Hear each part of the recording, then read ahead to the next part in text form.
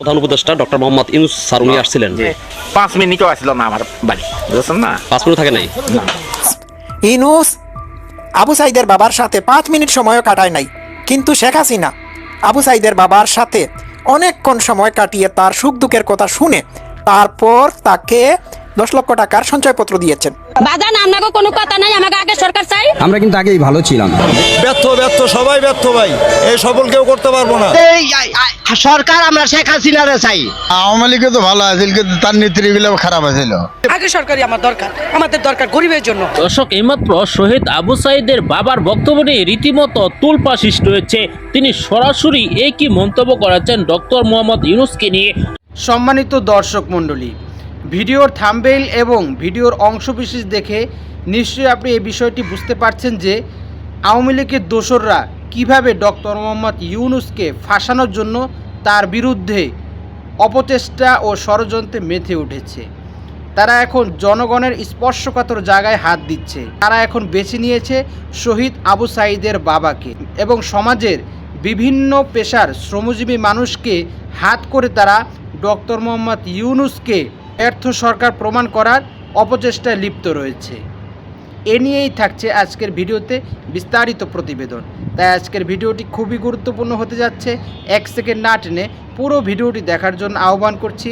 আর একটি ছোট্ট রিকোয়েস্ট করছি, তা হলো যদি আপনি আমাদের এই চ্যানেলে নতুন দর্শক হয়ে থাকেন, অবশ্যই আমাদের এই চ্যানেলটি সাবস্ক্রাইব করে একটি লাইক দিয়ে পাশে থাকা বেল বাটনটি অন করে দিবেন। তাই আর কথা নয়, চলুন সরাসরি আমরা ভিডিওতে চলে যাই। শেখ হাসিনা পালায়নি। এক রক্তক্ষয়ী ছাত্র জনতার অভ্যুত্থানের মাধ্যমে গত 5 আগস্ট স্বৈরাচারী শেখ হাসিনা সরকারের পতনের পর বাংলাদেশে ডক্টর মোহাম্মদ ইউনূসের নেতৃত্বে একটি অন্তর্বর্তীকালীন সরকার গঠিত হয়। যে সরকার একটি সুষ্ঠু নির্বাচনের পরিবেশ তৈরি করতে দেশের প্রয়োজনীয় সংস্কারের জন্য কাজ করে চলেছে। কিন্তু একের পর এক সংঘর্ষ ও ষড়যন্ত্রে প্রতিনিয়ত ব্যাহত হয়ে চলেছে সংস্কার কর্মকাণ্ড। শিক্ষা প্রতিষ্ঠান থেকে শুরু করে আদালত প্রাঙ্গণ, সংঘর্ষ ও প্রাণহানিতে সব জায়গায় আতঙ্ক বিরাজ করছে। সব মিলিয়ে যেন এক অনাজক পরিস্থিতি তৈরি হয়েছে দেশে। রাজনৈতিক নেতৃবৃন্দ থেকে শুরু করে জনমনে এ নিয়ে উৎকণ্ঠার সৃষ্টি হয়েছে। পাশাপাশি বলতে শোনা যাচ্ছে, কারা এই ষড়যন্ত্রের পেছনে কলকাঠি নাড়ছে। অতীত ফ্যাসিবাদী শক্তি কি অরাজকতার সৃষ্টি করে আবার দেশের ঘাড়ে চেপে বসার ষড়যন্ত্র করছে? অন্তর্বর্তী সরকার ব্যর্থ হলে কারোরই অস্তিত্ব রাখবে না শেখ হাসিনা ও তার দোসররা, বলছেন জুলাই শহীদ স্মৃতি ফাউন্ডেশনের সাধারণ সম্পাদক সার্জিস আলম। ধর্মকে ব্যবহার করে যারা সাম্প্রদায়িক সংঘাত এবং অস্থিতিশীল পরিবেশ সৃষ্টির পায়তারা করছে তাদের নিষিদ্ধের দাবি জানিয়েছেন জুলাই শহীদ স্মৃতি ফাউন্ডেশনের সাধারণ সম্পাদক সার্জিস আলম। স্বৈরাচারের দোসররা নানাভাবে দেশকে অস্থিতিশীল করার চেষ্টা করছে, এ অভিযোগ করেছেন জামায়াতে ইসলামের আমির ডক্টর শফিকুর রহমান। সংখ্যালঘু নির্যাতন নিয়ে বাংলাদেশের বিরুদ্ধে মিথ্যা তথ্য ছড়ানো হচ্ছে। সুইজারল্যান্ডের জেনেভায় জাতিসংঘের সংখ্যালঘু ফোরামের 17তম অধিবেশনে এ তথ্য তুলে ধরেন সংস্থাটির বাংলাদেশের স্থায়ী প্রতিনিধি আরিফুল ইসলাম। একটা সাম্প্রদায়িক একটা টেনশন তৈরি হবার জায়গা তৈরি হয়েছে কিনা। ইসকন এতটাই উগ্রবাদী যে প্রতিষ্ঠার মাত্র 4 বছরের মাথায় সিঙ্গাপুরের মতো একটি শান্তিপূর্ণ দেশে তাদেরকে নিষিদ্ধ করা হয় এবং এখন পর্যন্ত তারা সেখানে নিষিদ্ধ। আজকে প্রত্যেকেরই জেনে রাখা দরকার, ভারত নয়, 1966 সালের 13 জুলাই ইসকনের জন্ম হয় যুক্তরাষ্ট্রের নিউ ইয়র্কে।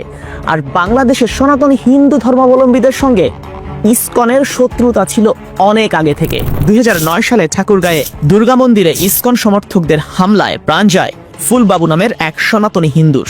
বাস্তবে ইসকন হিন্দুদের কোনো সংগঠনই নয়, এটি মূলত ইহুদিদের একটি এজেন্ডা। এটা আমার মুখের কথা নয়, আবু রুশদের লেখা বাংলাদেশের গোয়েন্দা সংস্থার সাবেক প্রধানের কথা। বাংলাদেশের এই বইটাতে উঠে এসেছে ভয়ানক তথ্য। বইয়ের 171 নম্বর পৃষ্ঠায় স্পষ্ট লেখা আছে, ইসকন নামে একটি সংগঠন বাংলাদেশে কাজ করে। এটা মূলত ইহুদিদের একটি সংগঠন। এই সংগঠনের প্রধান কাজই হচ্ছে বাংলাদেশে উস্কানিমূলক ধর্মীয় অনুষ্ঠান পালন করা, যার উদ্দেশ্য সাম্প্রদায়িক দাঙ্গা সৃষ্টি। বাংলাদেশ এবং ভারতের মধ্যে কূটনৈতিক টানাপোড়েন চলছে এবং কিছুটা বাড়ছে বলেই মনে হয়। ভারত এটাই চেয়েছিল এবং বাংলাদেশ সরকারও আগে শেখ হাসিনা সরকারের মতো আচরণ করছে না, সে কারণেই টানাপোড়েন বাড়ছে। ইন্ডিয়াকে আমরা কিভাবে শিক্ষা দিতে পারি? দেখেন, ইন্ডিয়ার সাথে যুদ্ধ করে আমরা ইন্ডিয়াকে শিক্ষা দিতে পারবো না, কারণ ইন্ডিয়ার সাথে যুদ্ধে জয়লাভ করার মতো কোনো অস্ত্র বা সামরিক শক্তিও আমাদের নেই। সেটা তো 15.5 বছরে ধ্বংস করে দেওয়া হয়েছে। এখন হুট করে চাইলে আমরা সামরিক শক্তি দিয়ে, আমাদের অস্ত্র দিয়ে আমরা যুদ্ধ করে ইন্ডিয়ার সাথে টিকে থাকতে পারবো না। তো ইন্ডিয়াকে আমরা একটা বইতে শিক্ষা দিতে পারি। এই খেলার বলি আসলে কারা হবে?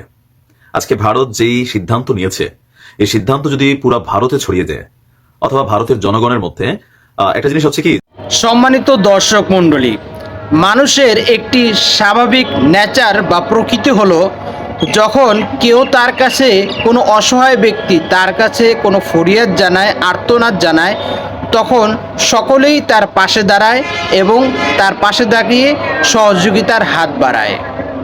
কেননা মানুষ স্পর্শকাতর স্থানে, স্পর্শকাতর দুর্বল জায়গায় মানুষও দুর্বল হয়ে যায়।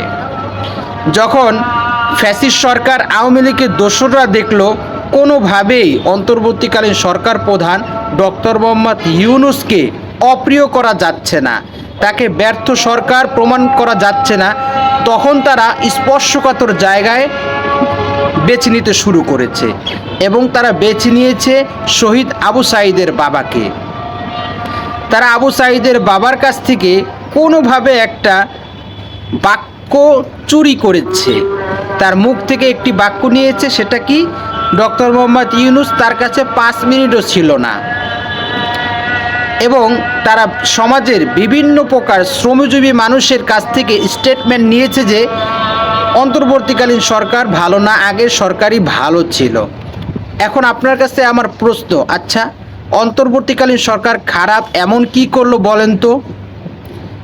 হাসু আপা যে জিনিসগুলোর দাম বাড়িয়ে গিয়েছিল সেগুলো তো সে আপন অবস্থায় আছে, তাহলে এখানে ডক্টর মোহাম্মদ ইউনূসের কি করার রয়েছে? একটা দেশকে ধ্বংসের দ্বার প্রান্তে দাঁড় করিয়ে লুটপাট, গুম, হত্যা, রাহাজানি, দেশের সম্পদ পাচার করে দেশকে দেউলিয়া করে চলে গেল হাসু আপা। এতগুলো মানুষকে হত্যা করলো, এতগুলো মায়ের বুক খালি করলো।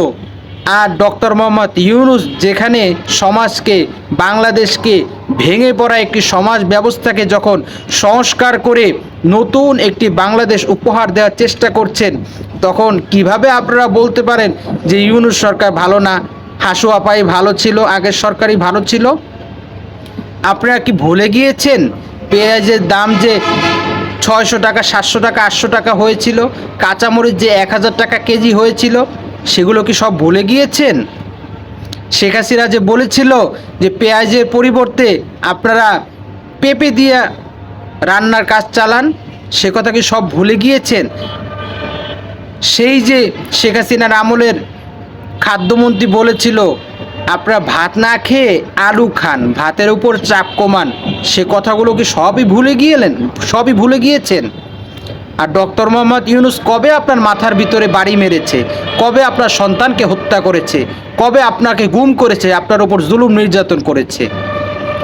এই একটু মাত্র সামান্য কষ্ট, যেটাও নাকি ওই হাসু আপার প্রভাবের কারণেই ঘটেছে, তার প্রভাবের, তার ফসলের কারণে, তার দোষের কারণে যে কষ্ট পোহাতে হচ্ছে, এ কষ্টর জিদ আপনারা ডক্টর মোহাম্মদ ইউনূসের উপর করছেন। বড়ই অবাক করা কাণ্ড। এমনটা করবেন না। ডক্টর মোহাম্মদ ইউনূসকে আমরা সকলেই মিলে আসুন সহযোগিতা করি, যাতে তিনি সংস্কারমূলক কাজ অতি দ্রুত সমাধান করে আমাদের একটি সুন্দর দেশ উপহার দিতে পারেন। সম্মানিত দর্শক মণ্ডলী, আজকের এই ভিডিও সম্পর্কে আপনার কি মতামত? অবশ্যই আপনার সেই মূল্যবান মতটি আমাদের কমেন্ট বক্সে জানাবেন। আজকের ভিডিওটি যদি আপনার ভালো লেগে থাকে, অবশ্যই আমাদের এই ভিডিওটি একটি লাইক দিয়ে শেয়ার করে দিবেন। আজ এ পর্যন্তই। সকলে ভালো থাকবেন, সুস্থ থাকবেন, নিরাপদ থাকবেন, এই আশা ব্যক্ত করে আজকের ভিডিও এখানেই শেষ করছি। আমিন ওয়া আখিরু দাওয়ানা আলহামদুলিল্লাহি রাব্বিল আলামিন। আসসালামু আলাইকুম ওয়া রাহমাতুল্লাহি ওয়া বারাকাতুহু।